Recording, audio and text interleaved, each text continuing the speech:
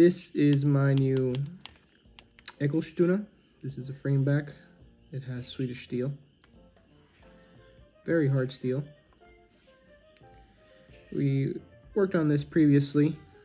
I recorded the bevel setting, and it was just a very long video. I wasn't happy with the quality, so I'd rather just make this video and talk about the things that we went over. So I found this Ekilstuna for like 15 bucks on eBay, and I couldn't resist. I don't have a frame back in my collection, so 15 bucks, 20 bucks, whatever. That's a deal. It didn't look like it had any rust. The scales were dirty. We cleaned them off, cleaned the blade with some alcohol. And then we checked it on a flat surface. It did have kind of a little bit of a wobble, but that was fine. It did also have a frown, and we bread knifed it, we fixed it. The way we got to that decision of bread knifing is I spoke with a good friend of mine, and you guys should know him by now.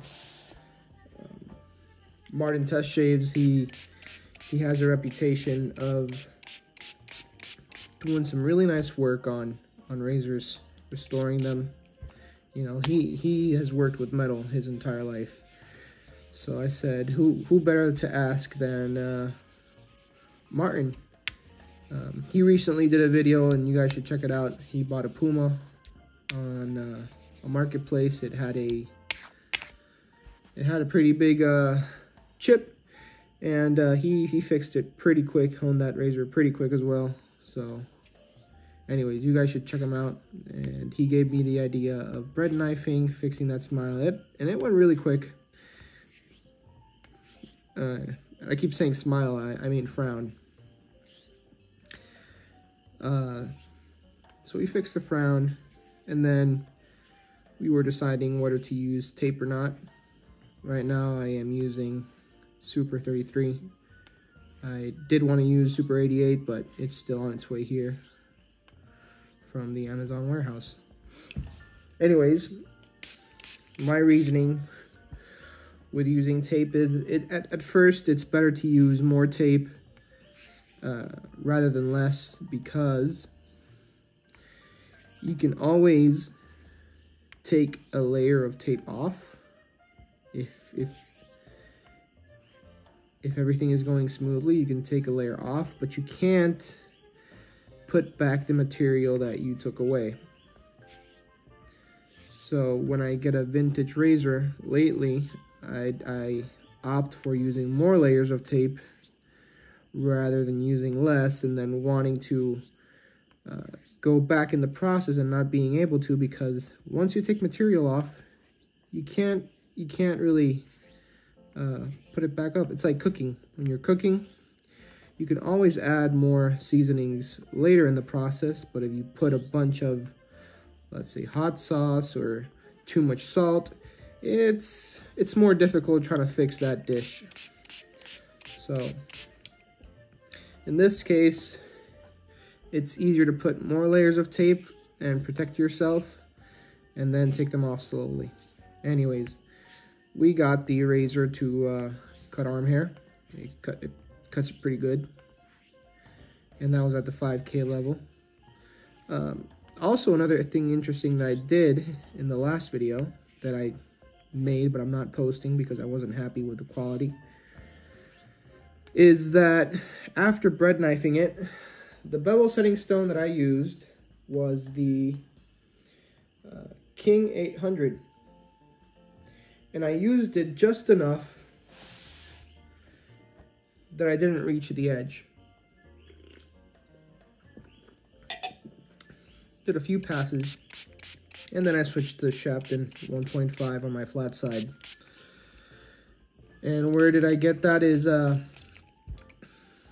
always, every night I'm looking at videos, and I was looking at an old Keith Johnson video where he's working with either a naked armor razor or some sort of these Chinese gold dollar variants, but these ones were a little bit high-ender, or high-ender, I don't even know that's a word.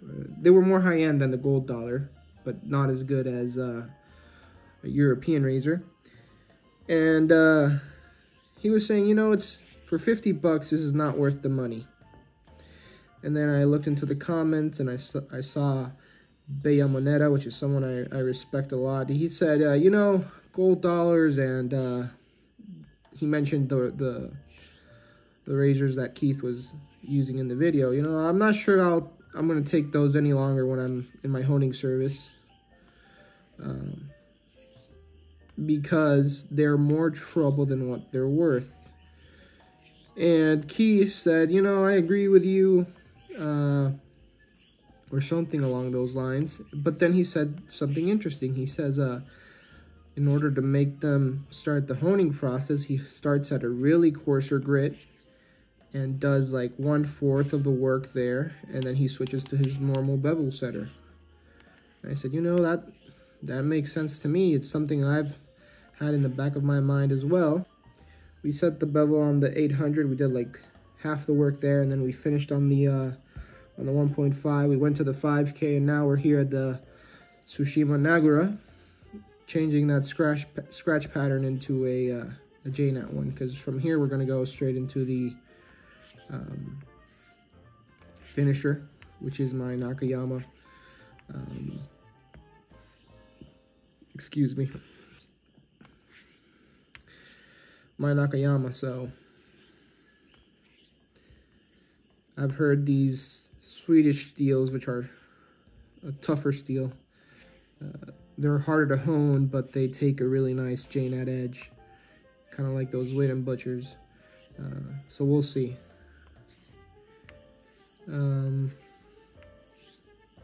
Another thing is, after bread knifing this and looking in the microscope, we had a lot of microchips.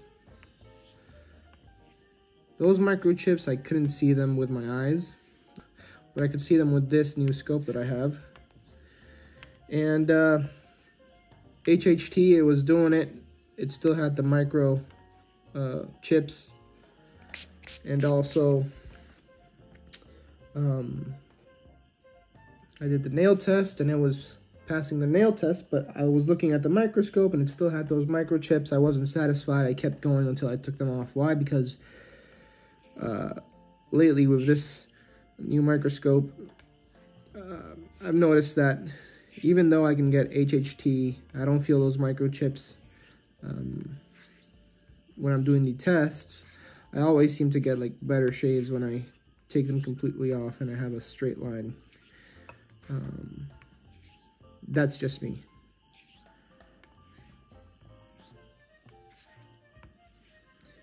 All right.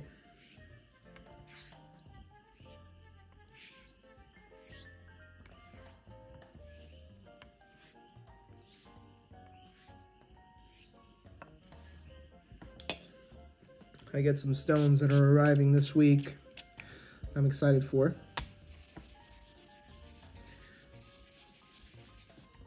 By the way, this is my Black Shadow Tomo Nagura. That's a Japanese term, probably not used with the Black Shadow, but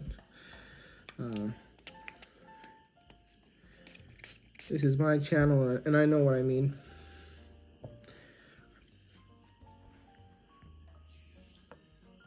So I have some stones that are arriving I'm excited for.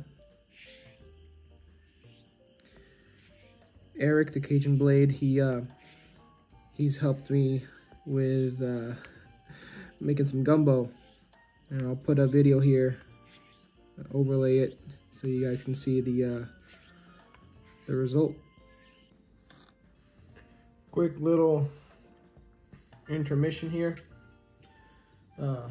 Pretty hungry, so before we keep going, Eric helped me out make some gumbo for the first time with his videos and guidance on Facebook.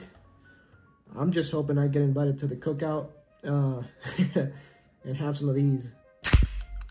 crack some cold ones, and have some fun. One of the other reasons why I wanted to take those microchips off, even though I was passing HHT and the razor was shaving arm hair, is because when I get these vintage razors, the way I see it is that the first honing session is probably going to be my hardest session, because I have to kind of restore that edge to a working place. I found that once I have the bevel set, whenever I need to refresh, I really don't need to go back to bevel setting. I could if I wanted to, but excuse me. But I don't think it's that necessary. I feel like if I'm going to refresh a blade, going back down to, let's say, a 5K, or if you have a 3K, is a lot better than going back to the 1.5 or the 1K, 1.5. You know, you already have the work done, so sometimes I do go back to 1.5 just because it's fun, but I often wonder if it's necessary, if the razor actually needs it.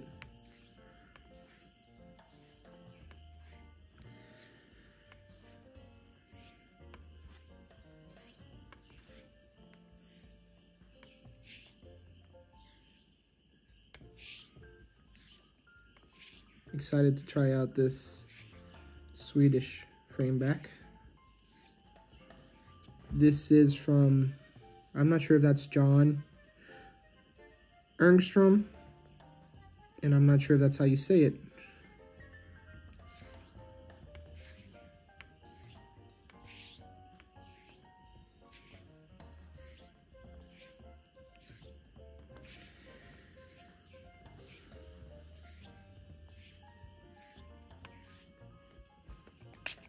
Just gonna do the last finishing passes here, and I'll leave you guys to it. I don't want to take too much of your time, but I did want to re-record, talk about what we did off camera, because I did record that, but it was just like too long.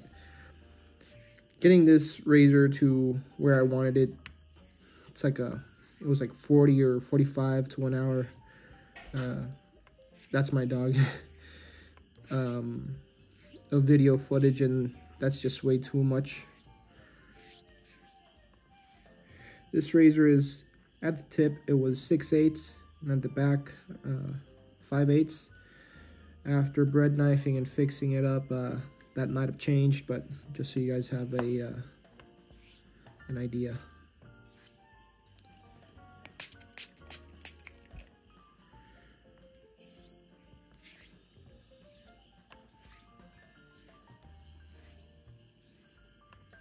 It's probably Monday when I post this, so I hope you guys have a good start to your week. I know I have a tough week ahead of me, so I hope yours is better than mine, and I hope mine isn't too bad. I hope I have the strength to keep on trooping. Alright guys, I won't keep you any longer. This is Sean Staplefield. I do honing videos and shaving sometimes, and talk out of my ass basically with my friends, and I'll see you guys next time. Bye bye.